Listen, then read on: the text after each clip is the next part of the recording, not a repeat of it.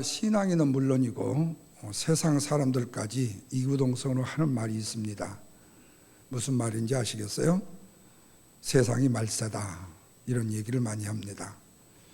여러 가지 이유가 있을 거예요. 그런데 먼저는 세상 인심이 너무 사나워졌다는 겁니다. 이제는 조금만 잘못을 해도 그냥 넘어가 주는 일이 있었는데, 지금은 나도 못하지만 남은 못하면 더욱더 비난하고 조롱하고 조소하고 업신여기는 일들 뿐만 아니라 아이들이 어린이에 대한 존경심이 없습니다. 그러면서 어른들이 무슨 본을 보였냐고 그래요. 그러나 옛날 자녀들은 어른들이 본을 보이지 않아도 자녀의 도리를 다했습니다. 그래서 아버지 같지 않는 아버지도 아버지로 대했고, 부모 같지 않는 부모도 부모로 공경을 했습니다. 얼마나 인심이 사나워졌는지 사람들이 이구동성으로 세상이 말세다, 이렇게 얘기를 하죠. 또 하나는 천재지변입니다. 이상기류입니다.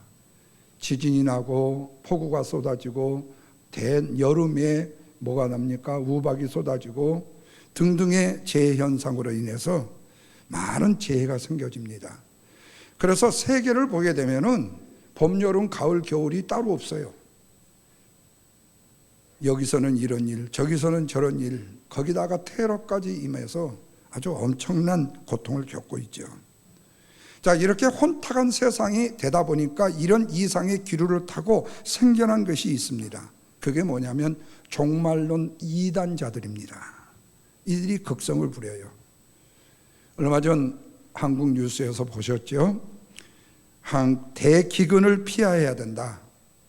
그렇다면 이 대기근을 피하기 위해서는 전 재산을 다 바쳐라.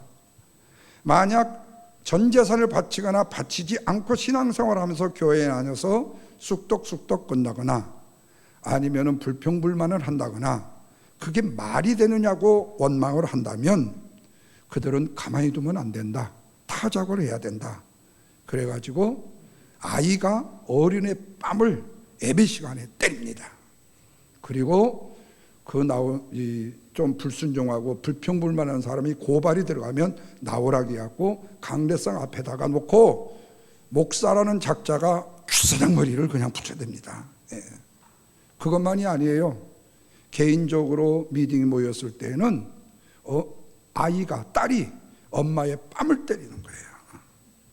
이 충격적인 사건이 보도된 적이 있었습니다. 거짓말 아닙니다. 안 보신 분들은 저한테 연락하세요. 내가 동영상 보내드릴게. 심지어는 이 타작마당을 거쳐서 신실하다고 인정이 되는 사람이 대기근을 피해서 갈 수 있는 곳이 있는데 어디냐? 세계의 피지라는 이 섬이에요. 그래가지고 실제로 400여 명의 순종을 잘하고 전 재산을 바친 사람을 집단 이주로 시켰어요. 그 교회가 뭐냐면 과천에 있는 은혜로 교회라는 신옥주라는 여자입니다. 목사가 아니에요. 목사라고 지는 그러는데 우리가 보기에는 목사가 아니에요. 예.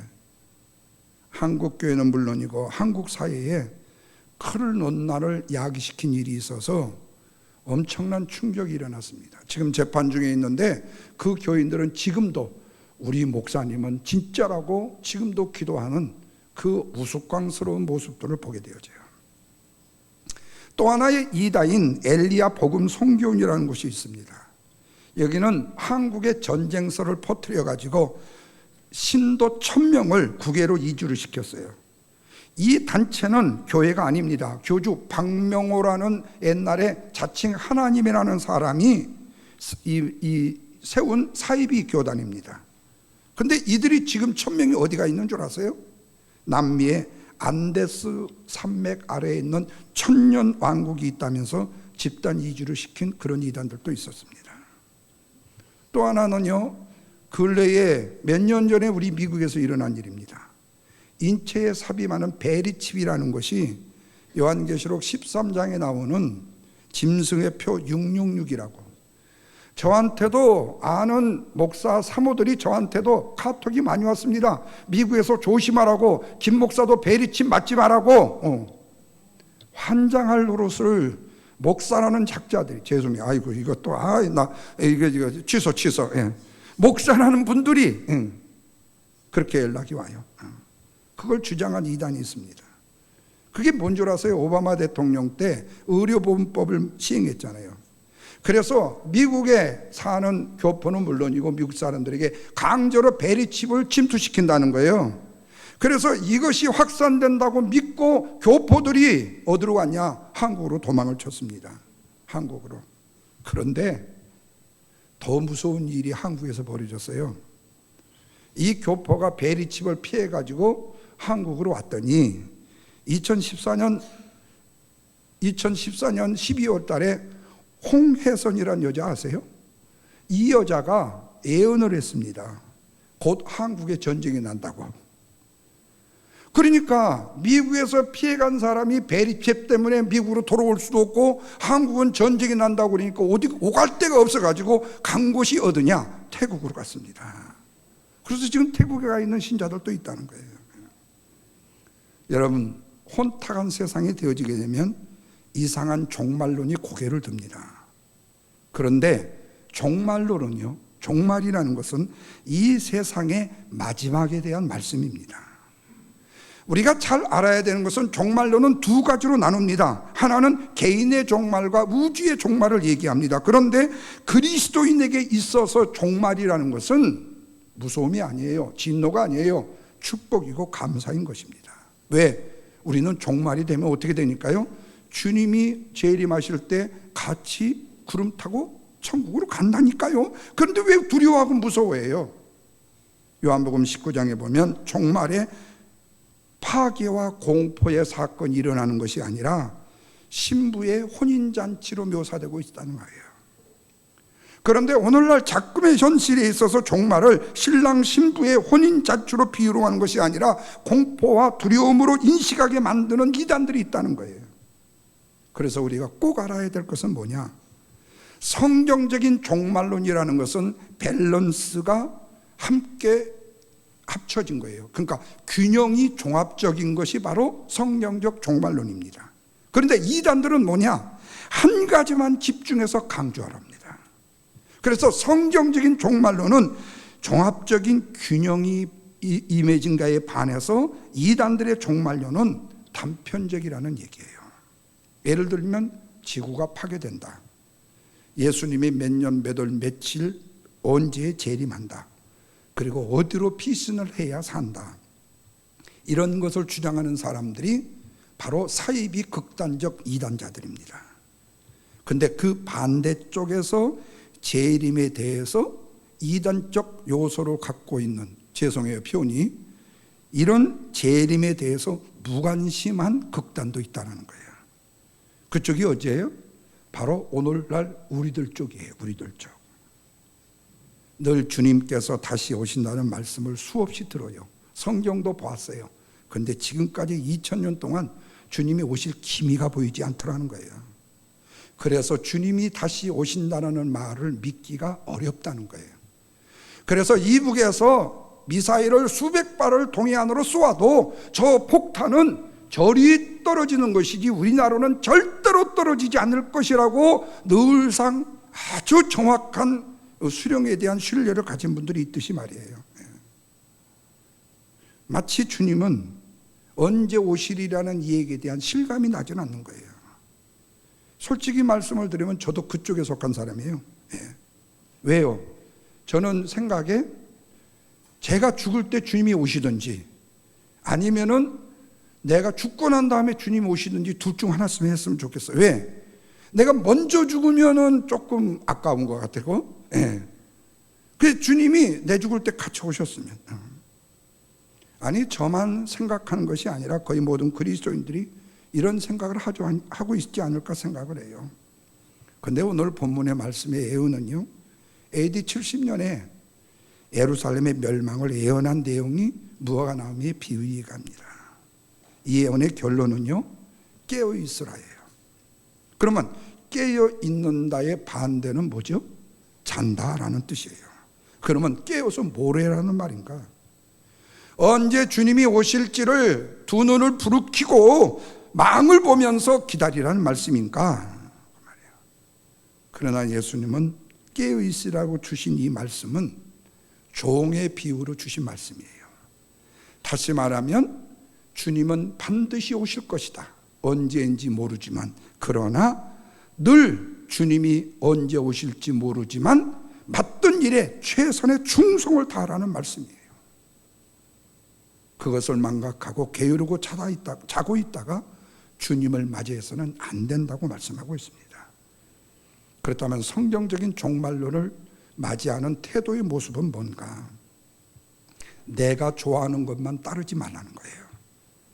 내가 좋아하는 것만 먹다 보면, 단 것만 먹다 보면 당뇨병 걸리듯이 내가 좋아하는 것만 따라가다 보면 인생이 속는다는 거예요. 자, 오늘 본문 32절입니다. 다 같이 읽겠습니다. 시작. 그날과 그때는 아무도 안다 모른다 모른다고 말씀합니다. 그런데 이 말씀은 타성에 젖어 있는 오늘을 사는 우리를 일깨워주는 명령이에요. 사람의 삶의 모든 곳에는 예측 불허가 있기 때문에, 그래서 주님께서 다시 오셔서 심판하실 날은 누구도 모른다는 겁니다. 하늘에 있는 천사도 모르고, 왜? 하나님이 아직 명령을 내리지 않았으니까. 하나님의 아들 되신 예수 그리스도 모른다. 이것은 심판에 대한 재림의 이야기는 오직 아버지만 아시는 주관적인 일이기 때문에, 그렇다면 어떻게 종말을 준비해야 되는가? 지혜가 있는 사람이라면 이럴 때일수록 더욱더 깨어 있어야 된다는 말씀입니다. 주님이 더디에 오실 것이다, 아마도 내 세대는 오지 않을 것이다 라고 생각하지 말고, 자기가 좋아하는 것만 따르지 말고 주님이 오실 때를 준비해서 위기의 때를 벗어나라고 말씀하고 있습니다. 그러기 위해서 우리에게 중요한 것이 뭐냐? 주님의 말씀을 붙잡는 거예요. 그래야 때를 분별할 수 있는 지혜를 얻을 수 있기 때문에 그렇습니다. 자, 28절과 29절 다 같이 한번 읽겠습니다. 28절 29절이요. 시작. 그러나 내가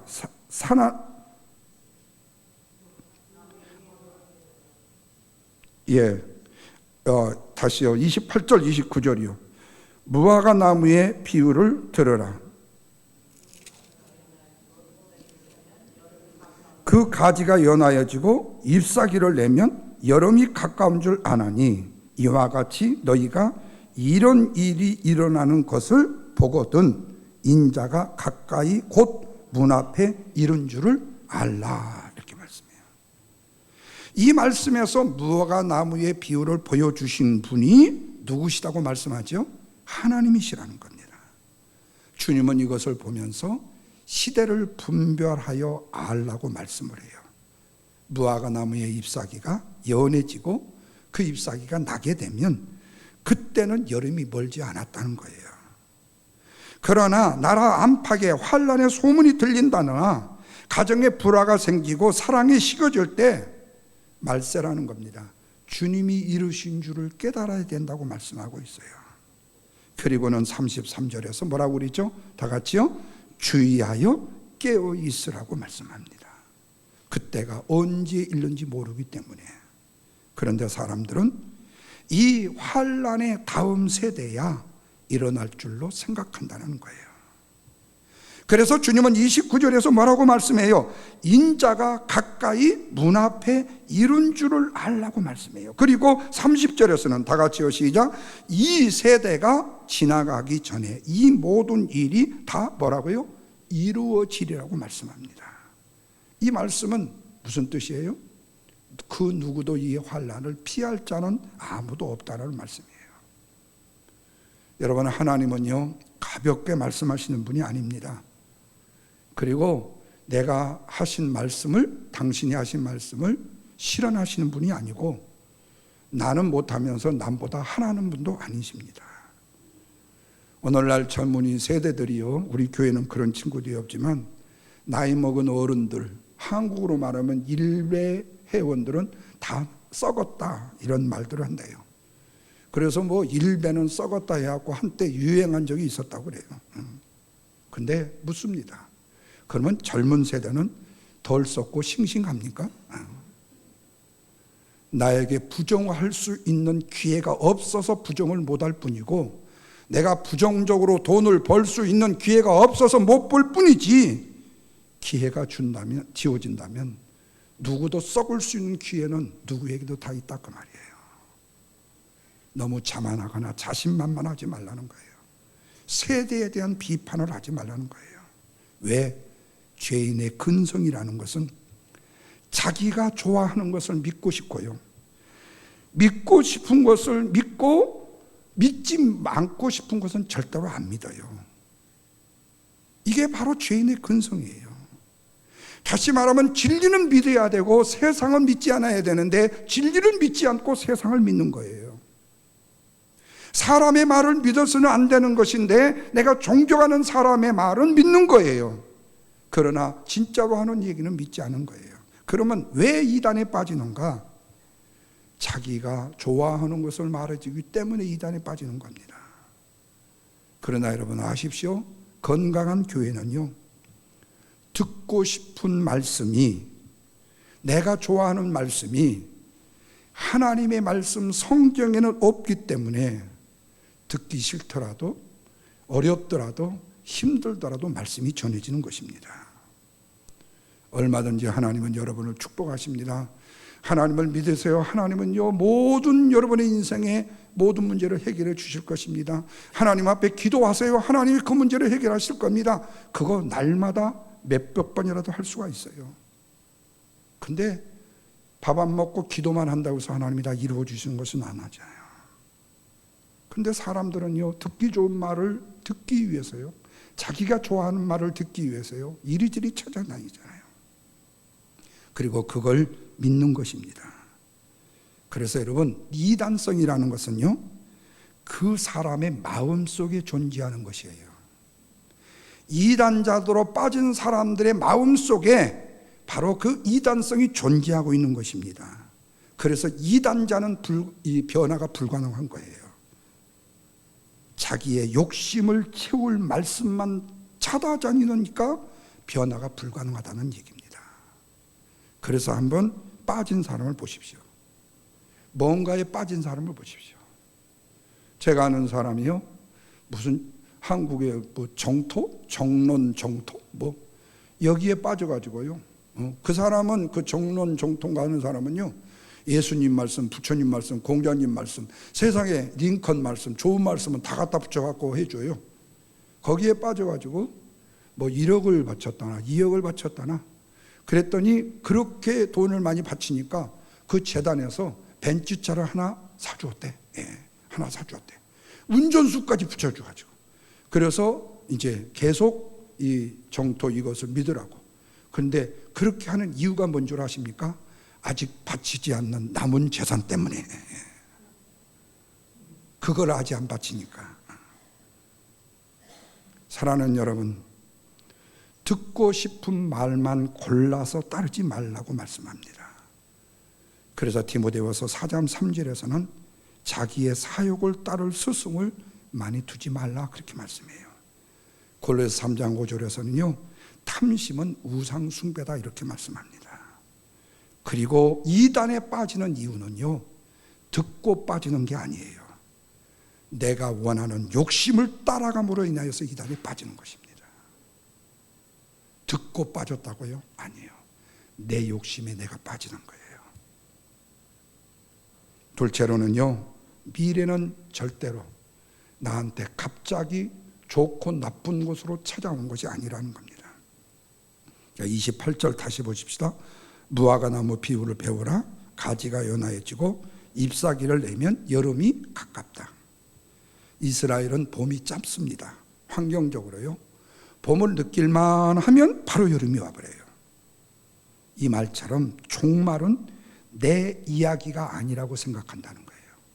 먼 일의 이야기라고 생각한다는 거예요. 저렇게 미사일을 쏘아대도 우리나라는 절대로 쏠지 않을 것이라고 생각한다는 거예요. 그래서 어느 날 떨어져서 죽으면 모르니까. 그런데 지금은요, 닥칠 환난을 두고 마음을 시리고 눈물이 앞을 가려서 입을 것이나 먹을 것이나 즐기는 어떤 것도 내가 물리쳐야 될 때이고, 지금은 내 자신의 죄악 때문에 자신들의 세대와 그들이 당할 고난과 슬픔을 당하고 서로 싸우는 고통이 없도록 내 자녀와 이 앞으로의 미래를 위해서 기도할 때라는 거예요. 그리고 지금은 무화과나무의 잎이 연해져서 이제 곧 여름이 올 것을 알게 된 때이기 때문에 여름을 준비할 때라는 거예요. 아무런 준비도 없이 계절을 맞다가는 가을이 되어 낙이 떨어지고 겨울이 되어 찬바람이 불다 오다면 어떻게 우리의 몸을 간소할 수 있겠느냐? 때를 따라 미리 준비하라는 말씀입니다. 그러나 사람이 그 때를 바로 알지 못할 수도 있어요. 그러나 아주 모르는 것만은 아닙니다. 왜 그렇죠? 징조라는 것이 있기 때문에 그렇습니다. 분명히는 몰라요. 그러나 어렴풋이는 느껴요. 그래서 항상 나중에 뭔 일이 일어나고 난 다음에 하시는 분들이 이야기를 종합적으로 들어보면 그때 그래서 그랬는가 보구나 그렇게 말씀을 하셔요. 그때 뭔가 이상했으면 빨리 캐치를 해야 된다는 거예요. 여러분 생각해 보십시오. 지금 세상 사람 누가 세상이 말세라는 것을 모르는 사람이 누가 있습니까? 지금 우리 대한민국이 그런다고 그러잖아요. 계절적으로요. 여름에 더위 있어서 에어컨디션을 켜는데 2주 이상만 키다 보면요 다 바로 뭘로 돌아가야 되는 거예요? 히로로 돌아가야 된다요. 그래서 런던 포구 코트를 입을 시간이 없다는 거예요. 그거를 입으려면 한국 사람이 런던에 가야 된다는 거예요. 종말이라는 것은 절대로 갑자기 오지 않는다. 징조로 나타나는 겁니다. 하버트 월리엄 하인리라는 사람이 법칙 하나를 만들었어요. 과학적 접근의 하인리 법칙이라는 것인데요. 보험연구원들하고요 안전 전문가들이 지금 동안에 겪었던 7만 5천 건의 사건을요 분석을 해봤어요. 그랬더니 엄청나게 큰 사건 하나가 일어나기 위해서는요 중간 레벨 사이즈의 사건 29건이 일어나고 그 다음에 작은 300건이 일어나야만이 재난의 경고가 일어나게 된다는 통계였어요. 이 법칙을 1대 29대 300이라는 법칙이라고 말합니다. 이 말처럼요 미래도 갑자기 오지 않습니다. 징조가 있었고 징후가 있었다는 겁니다. 그리스도의 나타남과 전쟁 그리고 기근 잦은 빈도로 우리가 세상에 일어난다는 사실을 말세를 예측할 수 있다는 거예요. 멸망에 가정한 것이 거룩한 곳에 선 것을 본다면 산으로 도망하라는 마태복음 25장 15절 24장 5절 말씀처럼 말입니다. 사실 이 말씀은 예루살렘 성전에 모슬렘의 모스크가 선 것을 뜻해요. 그런데 저는 오늘날 이 말씀을요 뭘로 비교할 수 있느냐면 동성애로 비교하고 싶어요. 멸망의 가증스러운 것이 서지 말아야 될 곳에 서 있다는 거예요. 왜 한 남자와 한 여자의 결혼의 정의가 사람과 사람의 정의로 바꾸어야 되나 그 말이죠. 어떻게 남자 며느리가 생기고 여자 사위가 생길 수가 있냐 그 말이에요. 멸망의 가증스러운 것이 지금 우뚝 서 있다는 거예요. 이게 바로 종말의 징조라는 거예요. 여러분 보십시오. 미국의 학교가 동성끼리의 사랑은 너무 자연스럽고 합법적이라고 가르치잖아요. 만약에 부모가 항의를 한다 그러면 감옥에 갈 각오를 하고 해야 돼요. 이게 바로 오늘의 현실입니다. 그러기에 오늘날에 가장 마귀의 공격을 많이 받는 것이 뭐냐? 하나님의 창조와 십자가, 예수 그리스도의 십자가예요. 이 두 가지가 엄청나게 고난을 받습니다. 마귀의 공격에서 벗어난 적이 없어요. 이렇듯이 동성애는요 창조를 공격하는 최종의 목표, 사탄의 공격 목표인 것입니다. 바로 이런 동성애의 징조들을 우리가 알되 그 이유를 대비해야 된다. 세상은 말세라고요. 마지막으로는요 순간의 발작적인 믿음이 아니라 지속적인 성실한 믿음을 가져야 된다는 거예요. 자, 36절입니다. 다 같이 한번 읽습니다. 시작. 그가 홀련히 와서 너희가 자는 것을 보지 않도록 항상 깨어 있어야 된다 말씀이에요. 자는 것을 보지 말라. 게을러서 지금 내가 누워있는 것을 보지 않도록 해라. 깨어 있으라. 인류의 종말이라는 것은 징조 이후에 애고 없이 느닷없이 찾아오기 때문에 그렇습니다. 그래서 파수꾼처럼 깨어 있어야 된다.